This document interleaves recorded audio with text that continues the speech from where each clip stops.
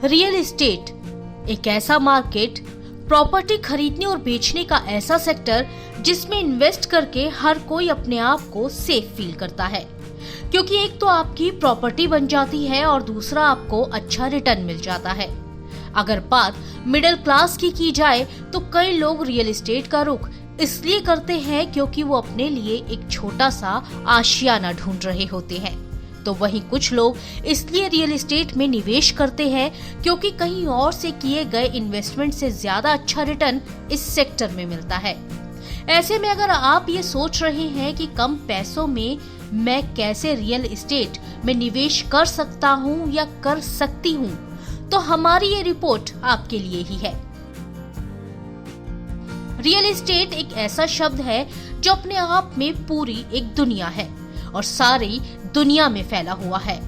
Construction चाहे जैसा भी हो, यानी रेजिडेंशियल या फिर कमर्शियल, मॉल्स हो या फ्लाईओवर या फिर किसी भी तरह की बिल्डिंग, रियल एस्टेट सेक्टर से कोई भी कंस्ट्रक्शन साइट अलग नहीं है। यही वजह है कि आज के वक्त में रियल एस्टेट सेक्टर बूम पर है और आने वाले वक्त में ये और ऊंचाइयों पर जाएगा, क्योंकि जिस हिसाब से हमारा देश तेजी से डेवलपमेंट कर रहा है उसको देखकर हर कोई श्योर है कि रियल एस्टेट सेक्टर इन्वेस्टमेंट का काफी अच्छा ऑप्शन है। वहीं अगर रियल एस्टेट सेक्टर में सब्र के साथ निवेश किया जाए तो लॉन्ग टर्म में रियल एस्टेट इन्वेस्टरों को बहुत अच्छा रिटर्न मिल सकता है।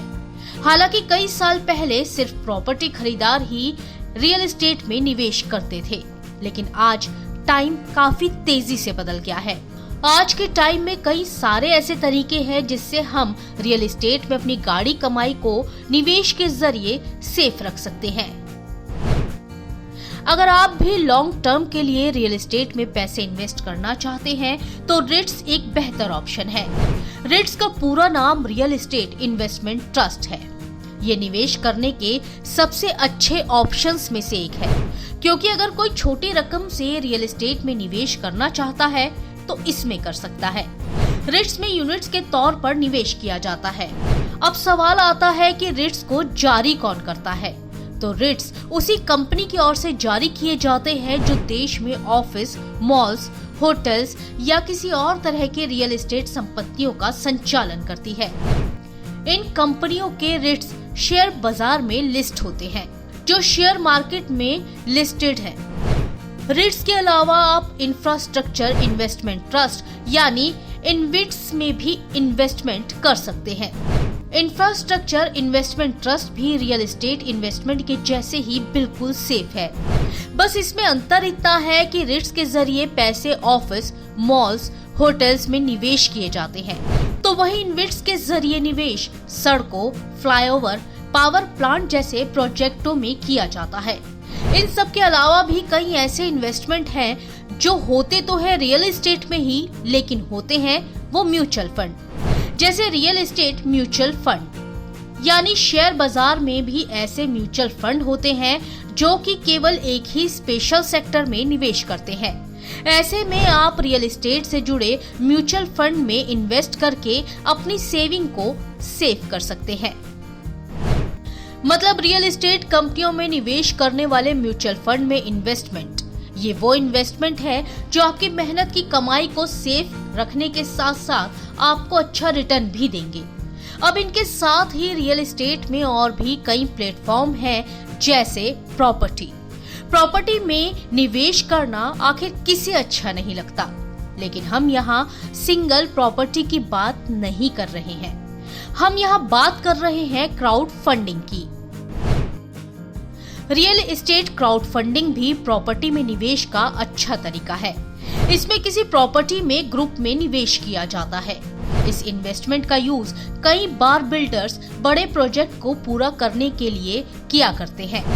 इस क्राउड फंडिंग में आपका पैसा भी सेफ रहता है और आपको ज्यादा फायदा भी करता है।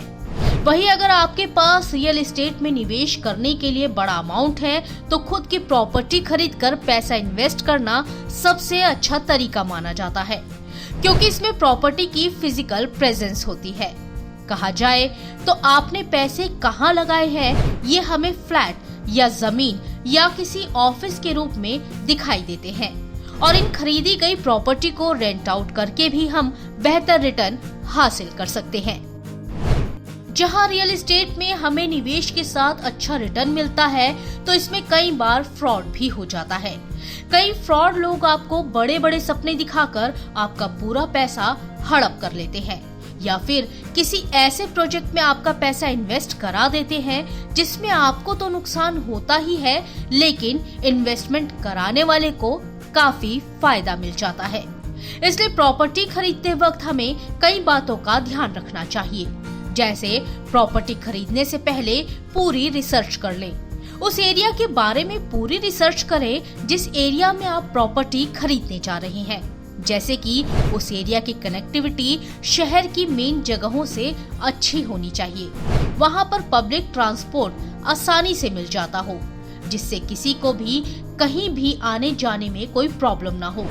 रियल एस्टेट में निवेश करने के लिए ऐसे एरिया का सिलेक्शन करना चाहिए जहां सरकार की ओर से metro line, flyover, peripheral road या रोड जैसे प्रोजेक्ट बनाए जा रहे हों, क्योंकि कनेक्टिविटी सुधरने और आसान होने के साथ ही उस इलाके तक हर कोई आसानी से पहुंच सकता है, जिसकी वजह से वहां की प्रॉपर्टी कीमतों में और एरियो के मुकाबले ज्यादा तेजी से उछाल आ जाता है।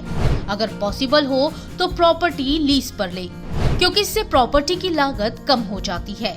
अगर आप फ्लैट ले रहे हैं तो बिल्डर का सीसी सर्टिफिकेट जरूर चेक करें।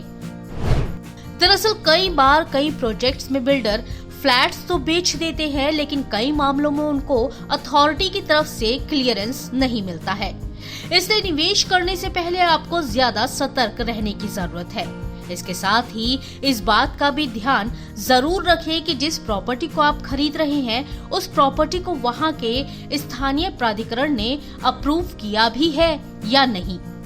तो है ना ये काम के मनी मेकिंग टिप्स, जिन पर अगर आप फोकस करेंगे तो यकीनन आपके पैसे तो सेफ रहेंगे ही, साथ ही आपको अपने पैसों पर ज्यादा और अच्छा रिटर्न मिल सकेगा। Sunaina Singh, reality and reports 24/7।